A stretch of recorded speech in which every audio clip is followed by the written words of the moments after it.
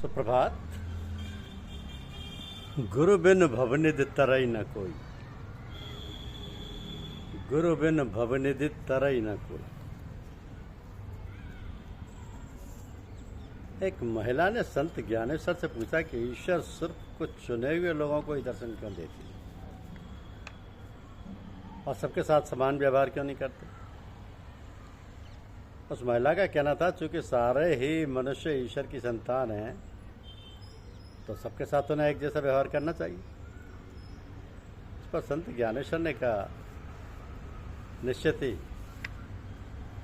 ईश्वर उन्हें दर्शन देते हैं जो उनके सामने समर्पण करते हैं। क्योंकि महिला को संत ज्ञानेश्वर के कहने पर यकीन नहीं आया तो उन्होंने उसे वास्तविक उदाहरण में से सबक देने का निर्णय लिया। तो एक दिन संत ने उस महिला के घर एक व्यक्ति भेजा जिससे वह परिचित नहीं थी।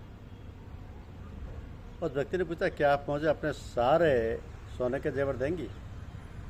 मैं निश्चित ही 1 माह के बाद उन्हें लौटा दूंगा, मुझे बहुत ज़रूरत है। महिला ने सिर्फ उस पर यह कहकर चिल्लाई, तुम कौन हो? मैं तुम्हें नहीं जानती, इसलिए कैसे भरोसा करके अपने कीमती जेवर दे दी। बल्कि उसने पुलिस बुलाने की धमकी भी दी।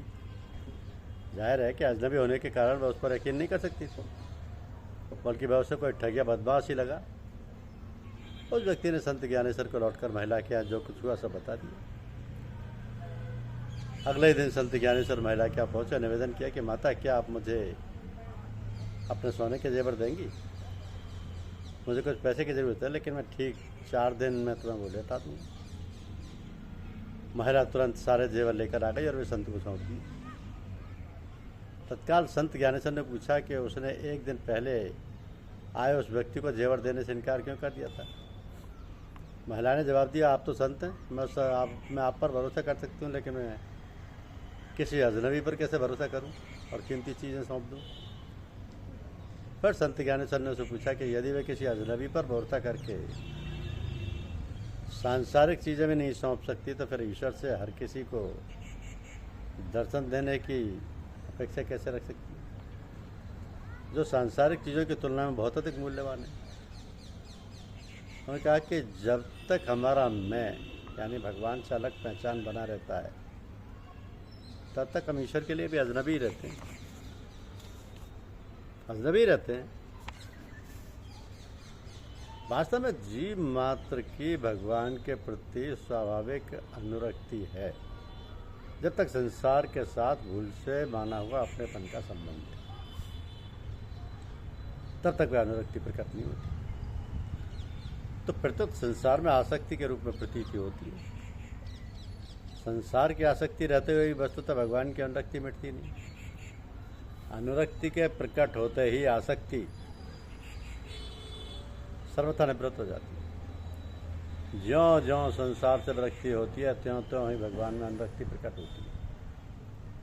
यह नियम है कि आसक्ति को समाप्त करके विरक्ति स्वयं भी उसी प्रकार शांत हो जाती है जिस प्रकार लकड़ी को जलाकर अग्नि। अब इस प्रकार आसक्ति और भक्ति के ना रहने पर स्वतः स्वाभाविक अनुरक्ति का स्रोत प्रभावित होने लगता है। इसके लिए किंचित मात्र भी कोई उद्योग नहीं करना पड़ता। फिर भक्त सब प्रकार से भगवान के पूर्ण समर्पित हो जाता है। उसकी संपूर्ण क्रियाएं भगवान की प्रियता के लिए होती हैं। उससे प्रसन्न होकर भगवान उस भक्त को अपना प्रेम प्रदान करते हैं, तो भक्त उस प्रेम को भी भगवान के ही प्रति लगा देता है।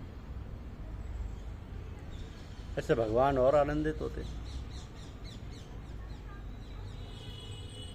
इससे भगवान और आनंदित होते हैं तथा पुनः उसे प्रेम प्रदान करते हैं। अब भक्ति पुनः उसे भगवान के प्रति लगा देता है। भक्त इस प्रकार भक्त और भगवान के बीच प्रति क्षण वर्धमान प्रेम के आदान प्रदान की लीला चलती है। तो निंदा स्तुति मुख्यतः नाम की होती है, वो भी परिकृत प्रक्रिया। लोग अपने स्वभाव के अनुसार भक्त की निंदा या स्तुति किया करते हैं। भक्त में अपने कहलाने वाले नाम और शरीर में लेश मात्र भी अहंता और ममता नहीं होती, इसलिए निंदा स्तुति का उस पर लेश मात्र भी असर नहीं पड़ता। भक्त का ना तो अपनी स्तुति या प्रशंसा का उस पर लेश मात्र भी असर नहीं पड़ता। भक्त का ना तो अपनी स्तुति या प्रशंसा करने वाले के प्रति राग है ना निंदा करने वाले के प्रति विवेक रहता है। उसके दोनों में ही संबुद्धि रहती है। तो साधारण मनुष्यों के भीतर अपनी प्रशंसा की कामना रहा करती है, इसलिए वे अपनी निंदा सुनकर दुख का और स्तुति सुनकर सुख का अनुभव करते हैं। उसके विपरीत साधक पुरुष निंदा सुनकर सावधान होते हैं और स्तुति सुनकर लज्जित होते हैं, परंतु नाम में किंचित मात्र भी अपनापन न होने के कारण सिद्ध भक्त इन दोनों भावों से रहित होता है, अर्थात निंदा स्तुति में सम होता है। हाँ, वह भी कभी कभी लोक संग्रह के लिए साधक की तरह निंदा में सावधान तथा स्तुति में लज्जित होने का व्यवहार कर सकता है। भक्त की सर्वत्र भगवत बुद्धि होने के कारण भी उसका निंदा स्तुति करने वालों में भेदभाव नहीं होता। ऐसा भेदभाव न रहने से यह प्रतीत होता है कि वह निंदा स्तुति में सम है। तो भक्ति के द्वारा अशुभ कर्म तो है हो ही नहीं सकते। शुभ कर्मों के होने में वह केवल भगवान को हेतु मानता है, फिर भी उसकी कोई निंदा स्तुति करे तो उसके चित्त में कोई विकार पैदा नहीं होता। सिद्ध भक्त के द्वारा स्वतः स्वाभाविक भगवत स्वरूप का मनन होता है, इसलिए उसके मौनी अर्थात मननशील कहा गया। अंतःकरण में आने वाली प्रत्येक वृत्ति में उसको वासुदेव सर्वम यानी सब कुछ भगवान ही है यही दिखता है, इसलिए उसके द्वारा निरंतर ही भगवान का मनन होता है। तो यह मौनी पद का अर्थ है वाणी का मौन रखने वाला।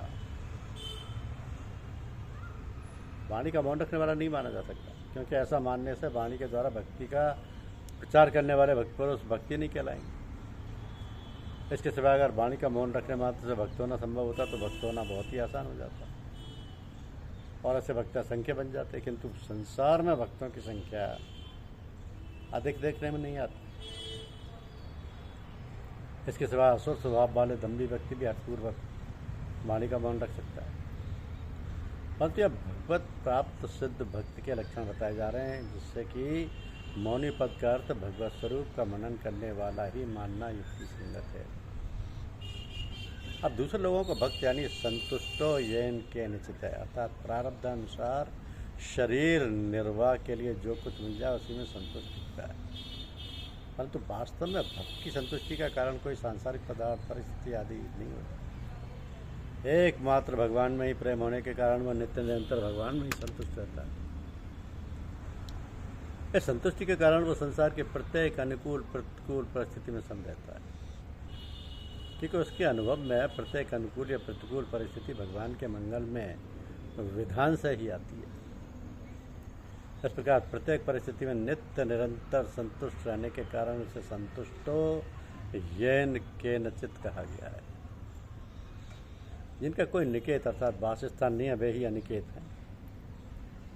वही अनिकेत हो ऐसी बात नहीं है, चाहे गृहस्थ हो या साधु सन्यासी, जिनकी अपने रहने के स्थान में ममता आसक्ति नहीं है वे सभी अनिकेत हैं। भक्त के रहने के स्थान में शरीर, जिसमें कि स्थूल सूक्ष्म कारण शरीर में लेस मात्र भी अपनापन एवं आसक्ति नहीं होती, इसलिए उसको अनिकेत कहा गया है। और भक्त की बुद्धि में भगवत तत्व की सत्ता और स्वरूप के विषय में कोई संशय अथवा विपर्य यानी विपरीत ज्ञान नहीं होता, अतः उसकी बुद्धि भगवत तत्व के ज्ञान में से कभी किसी अवस्था में विचलित नहीं होती, इसलिए उसको स्थिरमति कहा गया। भगवत तत्व को जानने के लिए उसको कभी किसी प्रमाण या शस्त्र विहार या शस्त्र विचार स्वाध्याय आदि की जरूरत नहीं रहती, क्योंकि वह स्वाभाविक रूप से भगवत तत्व में तल्लीन रहता है। तो मनुष्य में स्वाभाविक रूप से भक्ति रहती है। मनुष्य से भूल यही होती है कि वह भगवान को छोड़कर संसार की भक्ति करने लगता है, इसलिए उसे स्वाभाविक रहने वाली भगवत भक्ति का रस नहीं मिलता और उसके जीवन में नहीं रसता रहता। सिद्ध भक्त हरदम भक्ति रस में तल्लीन रहता है, इसलिए उसको भक्तिमान कहा गया। ऐसा भक्तिमान मनुष्य भगवान को प्रिय होता है।